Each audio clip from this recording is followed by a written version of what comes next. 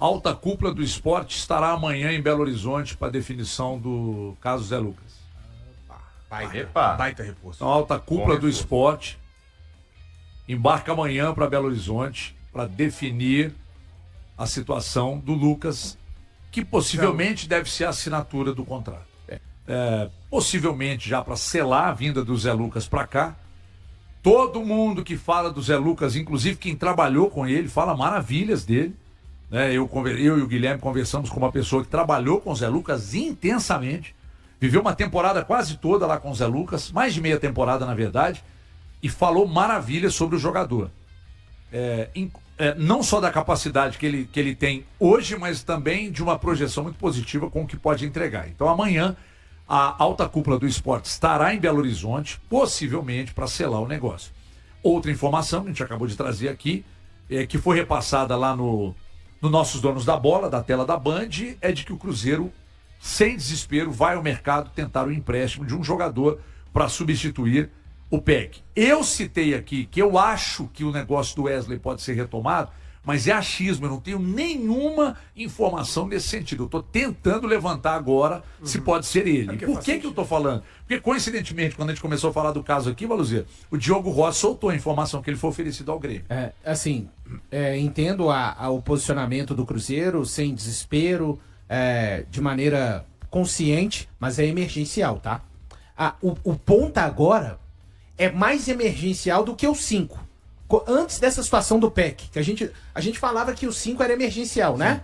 E eu tratava como emergência. O ponta agora, ele é altamente... Então vou colocar ele é altamente emergencial. Só lembrando que, quando o Cruzeiro faz a procura pelo Wesley, ele já tinha contratado o PEC, hein?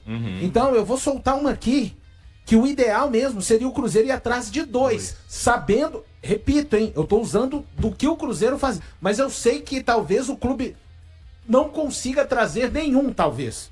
Tá? Mas eu só quero deixar bem claro. É altamente emergencial, pelo menos um ponta chegar. Lembrando que, antes da lesão do Peck, o Cruzeiro negociava com o Wesley. Então já tinha o Peck aqui, que era o mesmo quadro do Christian. A gente, quando não sabia que o Christian seria negociado, falava: bom, tem o Christian, o Cruzeiro precisa trazer mais um ponta.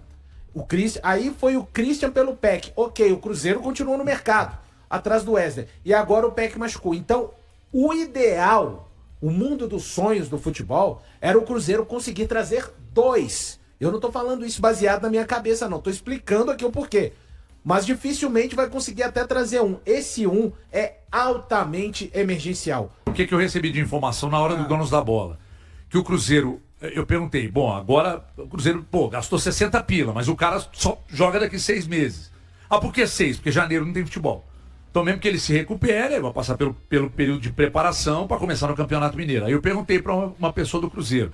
O Cruzeiro vai ao mercado, essa pessoa me disse, com sem desespero, vamos ao mercado para trazer um jogador por empréstimo. Eu não duvido, aí não é informação, por favor, tá? Eu não duvido que o negócio com o Wesley possa ser retomado. Também tô com isso na cabeça. Sabe por quê? Agora isso tem 4. Sabe por quê? Porque a informação que chega do Sul através do Diogo Rossi é que ele foi oferecido também ao Grêmio, porque no Corinthians, com o Transferban, não vai virar. Então, entre jogar no Grêmio e ter a dificuldade que o Grêmio está passando lá e fechar com o Cruzeiro, os agentes dele devem ter olhado. Devem ter olhado para o caso. Peraí. Agora com a contusão do PEC, o Cruzeiro paga em dia. Tem que ver. Lembrando que o Wesley, ele nessa última temporada, nos últimos jogos que ele fez antes de se transferir para a Espanha, ele estava jogando de fato pelo lado direito do campo. Ele é esquerdo de origem, é onde ele se projetou, onde ele fez bons jogos, onde ele realmente é melhor. Mas nos últimos jogos dele lá na Arábia, ele estava jogando pelo lado direito, porque houve uma mudança lá de tática lá, e ele se adaptou bem, né? Ele também, então, não seria necessariamente um improviso, é um atacante que sabe fazer os dois lados bem. Ele estava jogando bem no lado direito, mas ele é de esquerdo de origem. Então, assim, a ideia do Cruzeiro, a gente sabe que inicialmente era um reserva, né, pro Sinisterra, alguém para disputar a posição no lado esquerdo, mas o Wesley também joga pelo lado direito. Para mim, se o Cruzeiro realmente selar essa negociação com o Sport e contratar o Zé Lucas, a questão do 5 tá resolvida, cara. Tô com você, E esse menino André. tá jogando lá com essa pressão. desde 16, 17 anos, hoje ele tá com 18. É um jogador de seleção de base. Sim. Esse menino, ele tá vindo pra jogar no profissional do Cruzeiro e pra ser o reserva imediato do Romero. Gente, o Romero tá suspenso contra o Flamengo. Sinceramente, Zé Lucas. Agora, eu só queria fazer uma pergunta. Mas ele tá jogando no Não, esporte. assim, eu entendo o seu ponto sobre o Zé Lucas chegar para ser o cara que vai competir com o Romero pela posição, e eu acho que de fato ele vai competir. Eu só acho que num curto prazo não há tempo hábil para o Zé Lucas sequer provar pro Arthur Jorge e mostrar em campo que ele vai ser esse cara pro que vem pela frente. Principalmente pensando no jogo contra o Flamengo, tá? Eu acho que se ele chega, e vamos colocar aí que ele tá aí semana que vem, cara, eu acho pouco provável que ele tenha tempo. Primeiro porque ele não vai tirar o Romero, que volta agora, e vai ganhar a posição, e vai ser muito difícil ele sequer ter esse espaço. Sim. E segundo que eu acho que já tá bem encaminhado dentro da cabeça do Arthur Jorge, isso é por achismo, não tenho essa informação, não tem como ter também, tá dentro da cabeça do Arthur Jorge, que o Matheus Henrique vai fazer essa função. Então, assim, eu acho que o Zé Lucas vem, ele chega para essa posição. Eu acho que, eventualmente, aos poucos, ele vai ganhando espaços para poder jogar e fazer esse lugar do Romero. Mas eu acho que já pensando nesse curto prazo, nessa sequência imediata, a cabeça do Arthur Jorge já pensa no Matheus Henrique. Por quê? Porque eu confio também, eu acho também que o Zé Lucas está até pronto para assumir essa posição de volante numa ausência do Romero. Mas eu acho que o ritmo é diferente.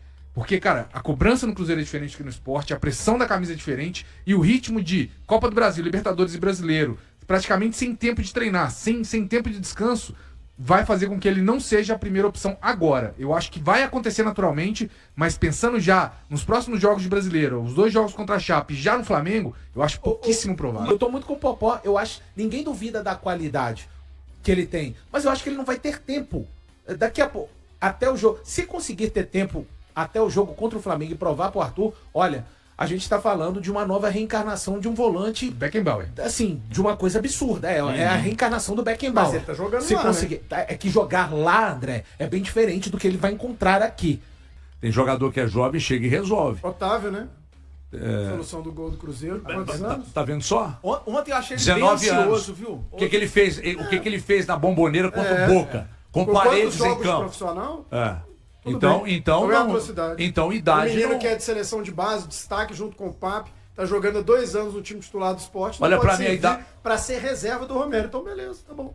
Mas, cara, Arthur Jorge, com os números dele, cara, com os números que ele tem, com o aí que eu ia desempenho que ele entrar. tem no Ele tem Cruzeiro, autoridade pra quem escolher. ele escolher Sim. pra ser camisa 5 do Cruzeiro, eu só assino embaixo, cara. Você ia trazer os números e eu gostaria até que você Não, trouxesse. fica à vontade. Porque, cara, o que esse técnico tá fazendo no Cruzeiro Mais de é uma 30%, coisa né, André? impressionante. O senhor Flávio Rodrigues de Souza é um péssimo árbitro. Horroroso. Eu vou além. Muita gente fala, porque o Vitor Gabriel tinha que ficar fora o tempo que o PEC ficar de fora. Eu acho que o Flávio Rodrigues de Souza tinha que ficar sem apitar o tempo que o PEC ficar fora. Porque o cara vê um lance desses e não dá o cartão vermelho de cara, ele espera o VAR chamar, ele dá vantagem no lance desse, tá certo que prejudicou o Cruzeiro, mas, gente, pelo amor de Deus, aquilo ali era pra ele meter o vermelho na hora também. Isso é um absurdo, gente. Pra mim, o Flávio Rodrigues de Souza, que não é a primeira vez que ele comete esse tipo de coisa, pra mim, ele deveria ficar na geladeira ao mesmo tempo que o PEC ficar fora. Mas ele não tem sido feliz nos jogos do Cruzeiro. Então eu entendo a diretoria do Cruzeiro pedir para que esse árbitro não apite mais as partidas. Eu prefiro não acreditar em juiz mal intencionado, em juiz que não quer que o Cruzeiro ganhe e tal. Eu prefiro não acreditar. Fato é que. Nossa, vou até tirar isso aqui que tá me atrapalhando. Fato é que, na prática, velho, o que aconteceu ontem foi um negócio. Foi uma entrada de fato criminosa. Eu tenho quase certeza, eu tava falando isso hoje na Band. Eu acho que pela repercussão do caso, a repercussão tá muito grande, pela gravidade do caso, cara, eu acho que o Matheus, que o Vitor Gabriel vai pagar o pato. Eu acho que ele vai ter uma punição mais rigorosa. Eu acho que vem gancho aí. Eu acho que vem. Você acha que não, Valuzeiro? Vocês são muito otimistas com a mudança repentina. Não, acho que a entrada é muito dura. Mas o Eduardo, no ano passado, ele não pegou inicialmente 4 jogos? Não cabe. Desculpa, eu não consigo colocar esses casos no Pois mesmo. mas grave. Exatamente, um caso muito mais grave agora deveria ter Isso, uma punição é porque exemplar. assim, mas quebrou a perna igual da outra vez. Então vamos lá, vou refazer todo o caminho. Acidentes acontecem. O caso do Marcelo contra o Argentinos Júnior é um acidente. em 23. Sim. O caso do Eduardo ano passado é um acidente. O campo tava molhado. O caso do Arana, em 2022, 9 de setembro, com o Carlos Eduardo do Red Bull Bragantino, não é acidente. É uma imprudência. Você dá uma entrada de uma maneira... É um dolo eventual. É uma entrada dolosa eventualmente. Não vale tudo no futebol para você fazer uma falta e nem para recuperar a posse da bola. O Carlos Eduardo e ontem o Vitor Gabriel, eles perpassaram por muito o limite do jogo brusco. Então eu nem acho que é o que aconteceu ontem é do futebol. Uma ova não é. A gente tem que parar de naturalizar isso.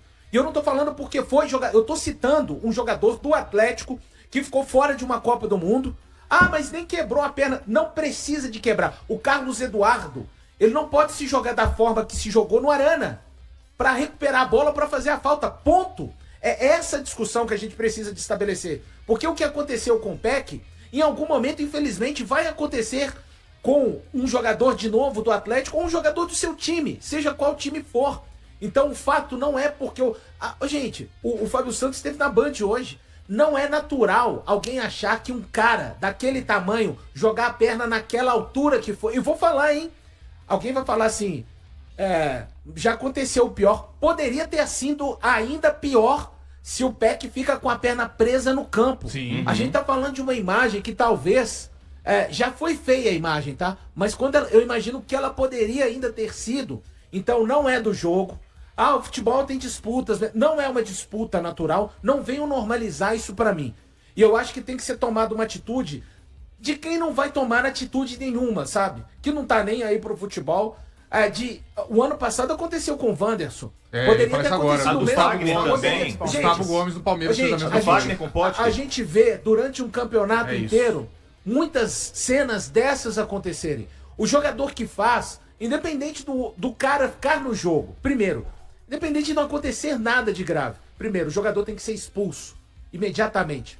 E o tal STJD, que também não serve pra porcaria nenhuma que ajude o futebol brasileiro, começar a colocar punições que giram entre 2 e 6 meses.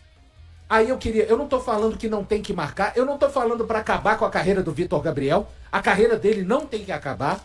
O que tem que acabar são cenas como a de ontem, onde, mas é porque o futebol gaúcho é brusco. Uma ova não tem a ver com ser brusco. Nada a ver. Aquilo não é natural, não é do futebol aquilo, pra mim não é. Então você nunca jogou bola, dane-se, eu nunca fui profissional mesmo. Eu tô falando dos profissionais, que vem com esse argumento barato. Ninguém vê jogo pra ver aquilo, não, Então, isso tem que acabar pra preservar. Eu não posso, porque eu sou jornalista, fazer qualquer coisa contra o Comini pra conseguir uma informação e etc, empurrar Não vale tudo pra matar uma jogada e pra tomar a bola. É isso que precisa de ser delimitado hoje no futebol brasileiro. Cruzeiro aí que venceu ontem a equipe do Inter, chegou à 7ª colocação na tabela de classificação, mas o assunto que tomou conta hoje, infelizmente, foi a grave lesão aí na tíbia, né, na perna esquerda do Gabriel Peck. Uma informação que não queríamos trazer após uma entrada aí do Vitor Gabriel, zagueiro da equipe do Internacional, uma entrada muito forte, um carrinho assim de frente, que acabou machucando aí e muito o Peck. Inclusive ontem, enquanto estávamos esperando a chegada do técnico Arthur Jorge, foi nos passado pela assessoria de comunicação do Cruzeiro, que a princípio parecia que ele não tinha tido fratura, que o Peck não tinha tido fratura aí na perna esquerda, ele havia tomado pontos ontem mesmo nos vestiários lá do estádio Beira-Rio, porém, hoje pela manhã no Hospital Horizonte ele passou por exames de imagem, fez aí uma radiografia e infelizmente foi constatada uma fratura. E pior que isso, tá? Ele vai ter que passar por um procedimento cirúrgico que vai estar a cargo aí da responsabilidade do Departamento de Saúde e Performance do Cruzeiro.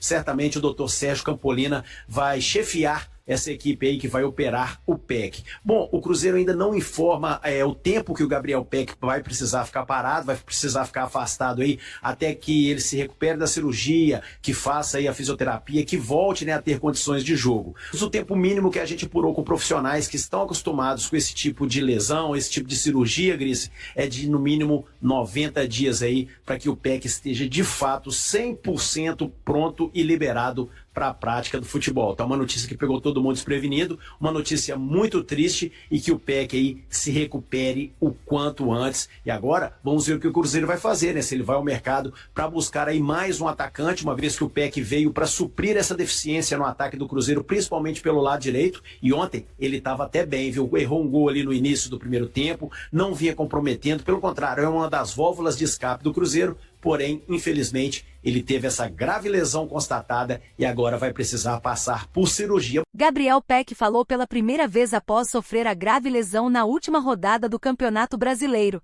problema que pode afastá-lo dos gramados por cerca de 3 meses.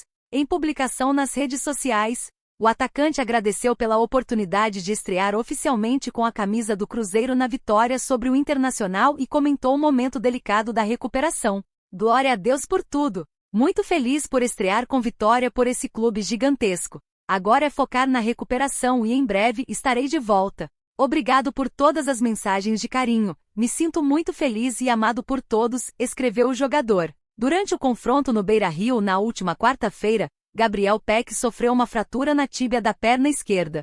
Após passar por exames para avaliar a gravidade da lesão, ficou definido que o atacante será submetido a uma cirurgia nos próximos dias.